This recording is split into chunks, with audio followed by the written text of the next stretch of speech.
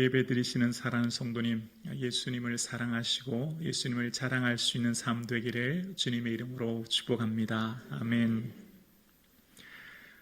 흔히 한국 교회에서 간증을 할 때 대부분 성공한 사람들의 간증의 내용은 하나님께서 나를 특별히 사랑해 주셔서 내 기업이 이렇게 번창하게 되었습니다.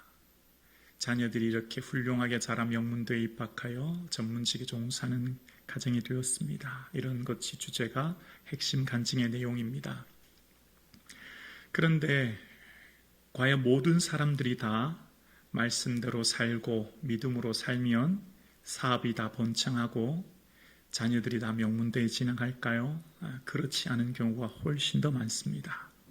믿음으로 말씀대로 살아도 내 집 한 칸 마련하지 못하는 성도가 계시고 평생 기도로 믿음으로 살았지만 노년에 암이라고 하는 큰 질병으로 인하여 어려움 당하는 성도도 많습니다.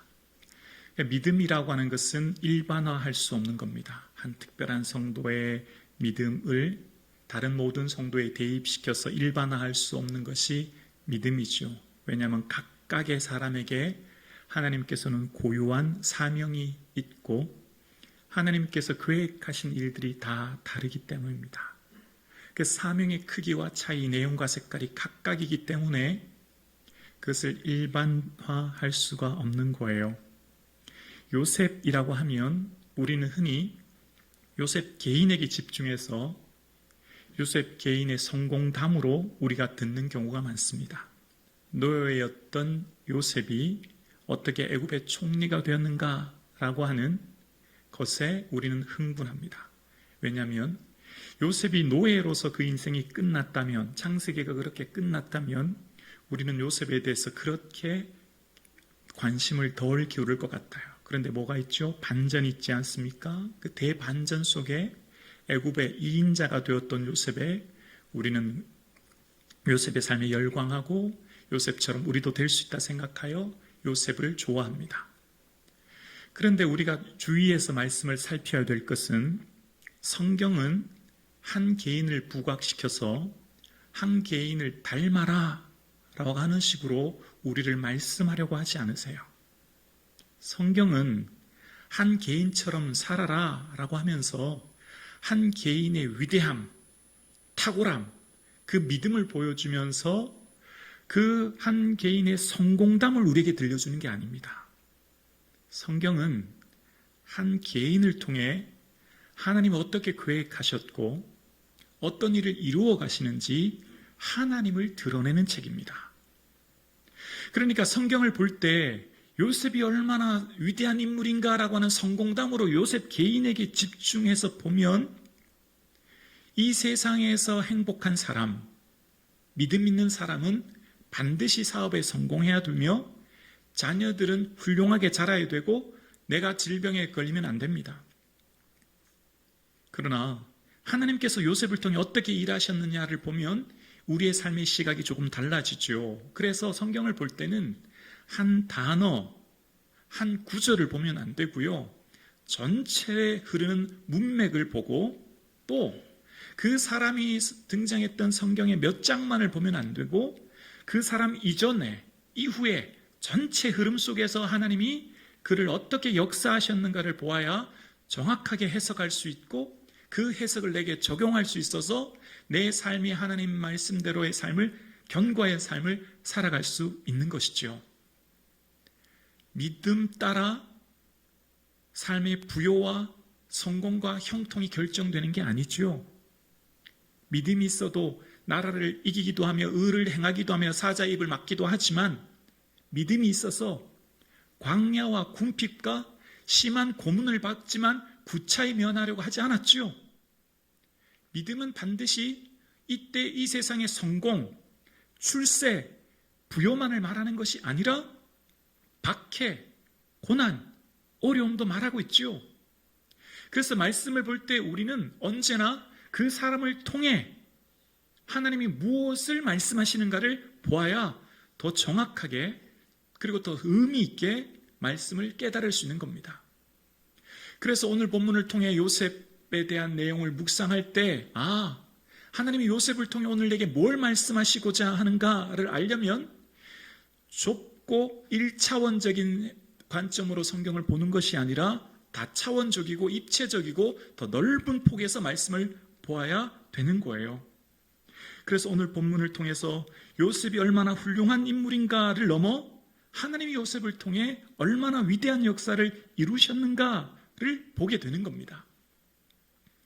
하나님께서 요셉을 통해 말씀하시고자 하는 것은 하나님이 어디에 그 중심, 마음이 있는가를 알 수 있는 단어가 형통입니다.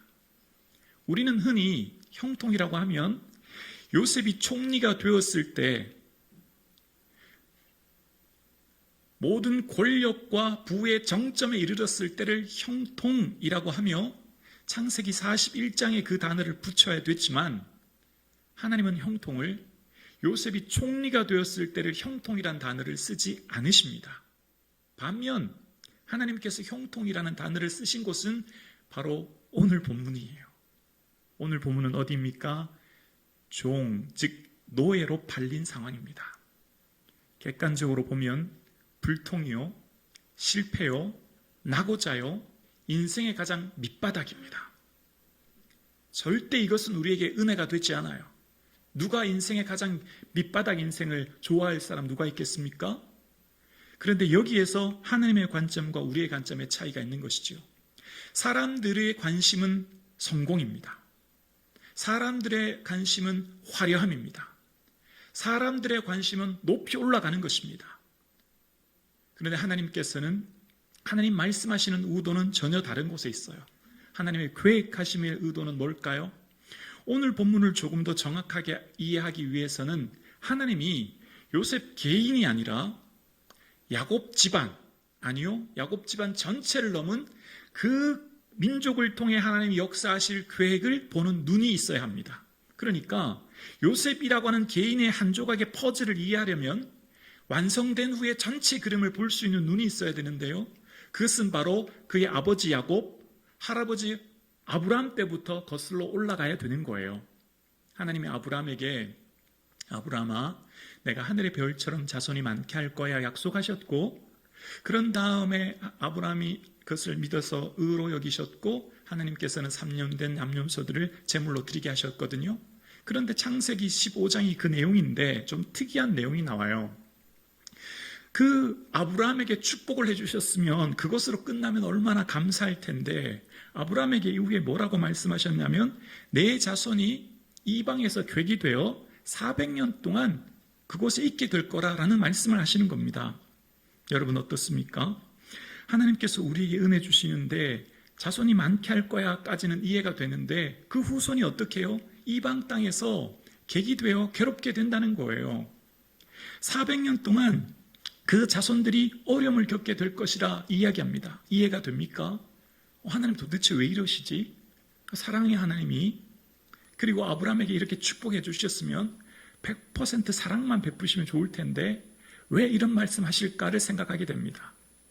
그러면서 그 창세기 15장을 읽어보면 그 후반절에 이는 이라고 하면서 그 이유에 대해서 그 원인에 대해서 설명하기를 이는 아모리 족속의 죄악이 아직 가득 차지 않았다라는 표현이 등장해요. 무슨 의미죠? 하나님께서 약속하신 가나안 땅을 주실 때 이미 그 가나안 땅에 살고 있는 원주민들이 있었고 그 원주민들의 대표적인 사람이 아모리 족속이었죠. 근데 그 이미 아모리 족속들이 살고 있는데 그 족속들을 한꺼번에 하루아침에 진멸하고 이스라엘을 거기 옮겨 심지 않으셨어요. 400년은 아모리 족속들이 회개하기를 기다리시는 시간이었습니다. 공의의 하나님은 아브라함을 통한 민족뿐만 아닌 그 외 다른 민족들에게도 사랑하셨고 그러니까 아모리 족속들이 회개하여 돌아오기를 기다리는 시간이 400년이었고 그 시간 동안 이스라엘은 어디로 가 있죠? 애굽으로 내려가 있는 거예요. 그리고 그 애굽으로 내려가 있는 동안 하나님께서는 번성하게 하시고 소수로 내려갔던 그들이 나일강의 풍요를 누림으로 많은 숫자로 번성하여 강하게 되었다라고 이야기합니다. 그러니까 하나님이 우리를 다루시는 방식은 우리의 육신의 아버지는 자녀들을 가르칠 때 고난이 하나도 없었으면 좋겠어요. 고생 1도 안 했으면 좋겠어요. 그렇죠? 호의호식하고 편한 길만 갔으면 좋겠는데 하나님이 우리 자녀들 다루시는 방식은 조금 달라요. 그들을 강하게 하기 위해 훈련시키기 위해 아예 처음부터 노예로서 삶을 살고 이끄셨죠. 자, 그런 이런 큰 하나님의 계획하심의 눈이 있죠. 그때 누구를 선발대로 보내죠? 요셉을 보내시는 거예요. 그래서 시편 105편은 요셉을 앞서 보냈다라는 표현이 등장합니다. 그러니까 지금 요셉이 애굽으로 내려가는 것은 하나님의 거대한 계획, 섭리의 퍼즐 중에 한 조각이 요셉이고 그 요셉이 지금 애굽으로 내려가게 되는 거예요. 그래서 하나님께서는 요셉이 애굽으로 내려감을 통해서 이후에 그의 아버지와 형제들 70명이 내려감으로 그곳에서 번성하게 하기 위한 계획이 실행되는 겁니다. 자, 보세요. 객관적으로 보면 첫 번째 형들의 시기입니다. 형들이 시기하였기 때문에 요셉이 애굽으로 내려가는 거예요. 그러나 주관적으로 성경을 더 넓은 관점으로 전체 맥락으로 해석해서 하나님의 말씀을 보면 하나님의 계획이 숨겨져 있는 거죠. 하나님의 뜻이 담겨져 있는 거죠. 여기서 말씀을 보는 눈이 열리는 거죠. 지금 저와 여러분의 삶의 그 사람, 지금 여러분이 만난 그 고난, 지금 여러분이 만난 그 문제, 그게 전부가 아니에요. 그건 객관적으로 보이는 문제이죠. 객관적으로 보이는 고난이죠. 객관적으로 보는 어려움이죠. 그러나 그것을 통해 하나님의 무엇을 계획하시는지, 그 사람, 그 환경, 그 조건을 통해 하나님이 나와 내 가정을 통해 어떻게 일하시고자 하는 믿음의 눈이 다시 열릴 수 있기를 주님의 이름으로 축원합니다. 믿음은 재해석이죠. 보이는 것만 보고 판단하는 것은 세상 사람들도 다 할 수 있는 것이죠. 그러나 하나님이 우리에게 마음 눈을 열어 우리의 사건의 배후의 역사하시는 하나님을 볼 수 있는 눈, 그래서 하나님께서는 요셉을 그곳에 보내셨고 하나님의 최대의 관심은 애굽으로 보내시는 사건이었습니다. 우리의 최대의 관심은 요셉이 총리가 되는 거지만 하나님의 최대의 관심은 요셉을 애굽으로 보내는 것이었고 그 요셉을 보내는 장소와 시기가 너무나 중요했고 그 장소가 애굽이었기 때문에 하나님은 그곳에서 형통이라고 하셨어요. 하나님의 형통은 우리의 형통과 달라요. 우리는 몸이 좀 편하고 부유하고 소유가 늘어나고 소원이 성취되는 게 소원 형통이에요. 그래서 우리는 내 마음대로 뭐든지 이루어지는 게 형통인데 지금 요셉의 삶은 어떻습니까? 요셉 개인에게 좋은 것 1도 없어요. 하나도 없어요. 물론 가정총무가 되었지요. 그런데 여러분, 진급하면 좀 편할까요? 몸은 좀 편하지만 마음은 아닐걸요. 제가 부목사 때 있을 때랑 담임 목사 될 때랑 짐이 훨씬 무겁거든요. 아들로 있을 때랑 결혼해서 아버지가 되는 거랑 짐이 다르거든요. 요셉이 가정총무 됐다고 편할까요? 천만에요. 짐이 2배, 3배는 무거웠을걸요. 소유가 그 보디발의 집에 미쳤다는 것 요셉과는 아무 관계 없거든요. 요셉은 지금 고난 덩어리였고 형통했다고 하시지만 형통은 요셉에게 덕되는 것 하나도 없거든요. 요셉은 지금 노예입니다. 책임만 더 무거워졌어요. 근데 하나님 뭐라고 하십니까? 형통이래요. 여기서 우리가 하나님의 말씀을 본 나에게 뭘 원하시고 요셉을 통해 뭘 이끄시는지를 볼 수 있어야 합니다. 형통이란 단어를 썼던 사람들이 3사람 성경에 등장합니다. 크게 첫째는 여호수아예요. 여호수아야, 내가 주는 율법의 말씀을 주야로 묵상해라. 그러면 어디로 가든지 형통할 거야. 그래서 정말 여호수아에게는요, 형통의 길이 열려요. 요단강이 갈라지고 여리고가 무너지고 31명의 왕들 다 무찔러요. 무기도 군사도 제대로 없는데 형통하게 되었지요. 느헤미야가 예루살렘 성벽이 무너졌다는 소식을 듣고 하나님께 기도해요. 하나님, 종이 하나님 앞에 종을 형통하게 하옵시사 예루살렘 성벽을 건축하게 하옵소서 기도하지요. 그 기도대로 응답돼요. 많은 군사들뿐만 아니라 물자를 보내줘서 예루살렘 성벽을 재건하게 돼요. 기도 응답이 되었지요. 다니엘에게는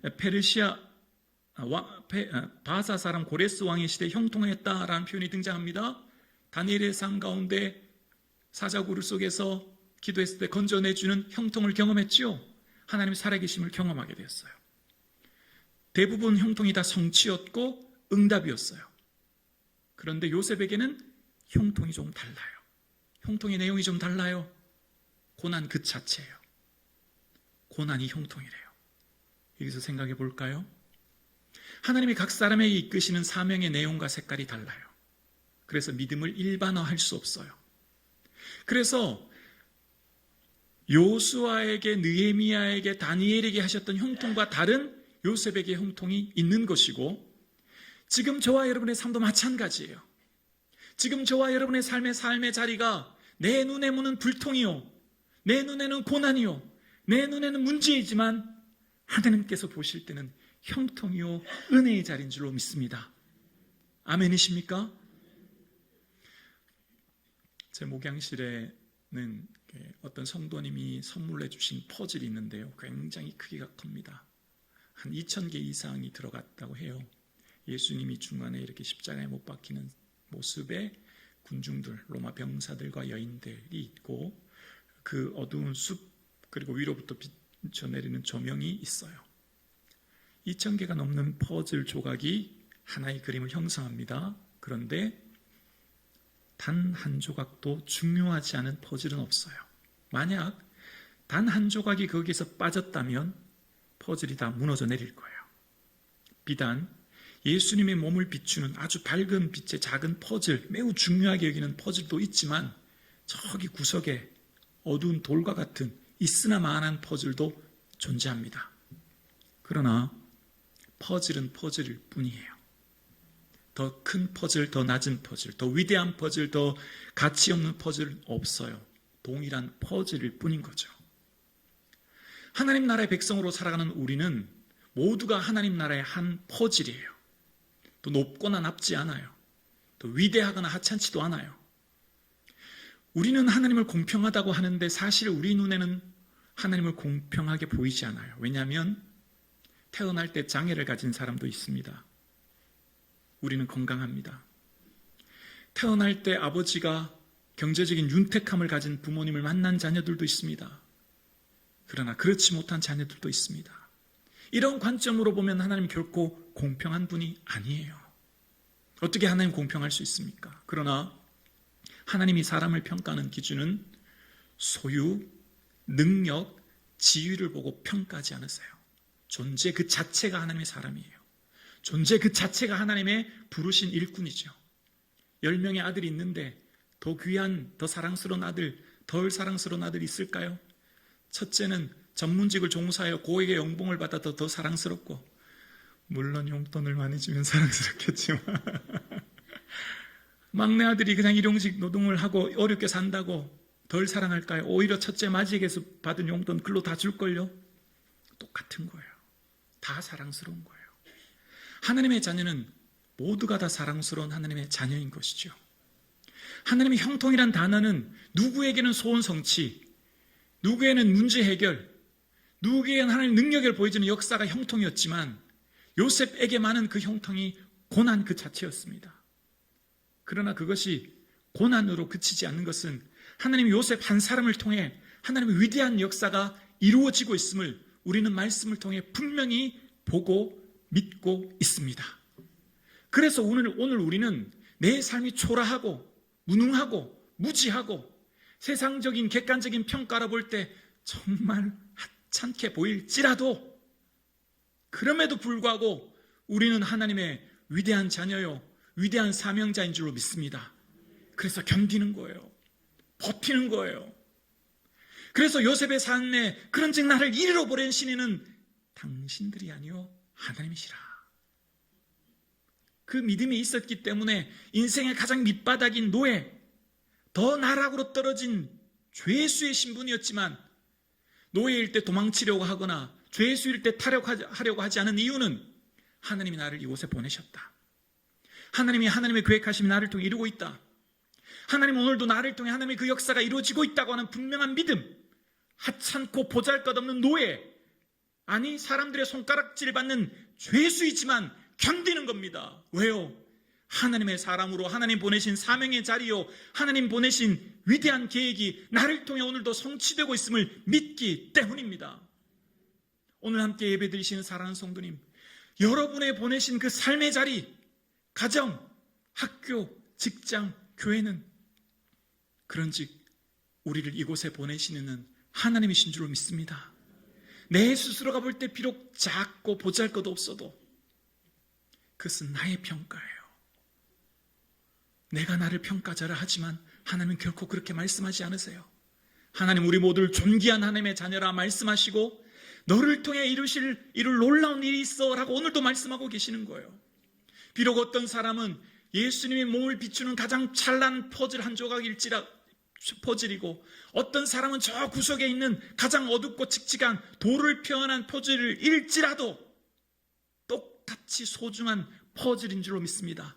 하나님의 거대한 계획 속에 우리 모두는 위대한 하나님의 자녀인 줄로 믿습니다. 낙심하지 마세요.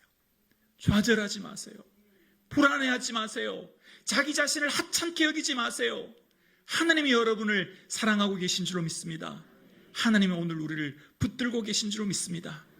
비록 내 삶의 자리가 아무리 어렵고 힘들어도 하나님의 주권과 계획하심을 믿는다면 불통, 실패, 패배, 낙오자 같은 인생일지라도 포기와 절망으로 주저앉아 있지 않고 다시 일어서게 될 줄로 믿습니다.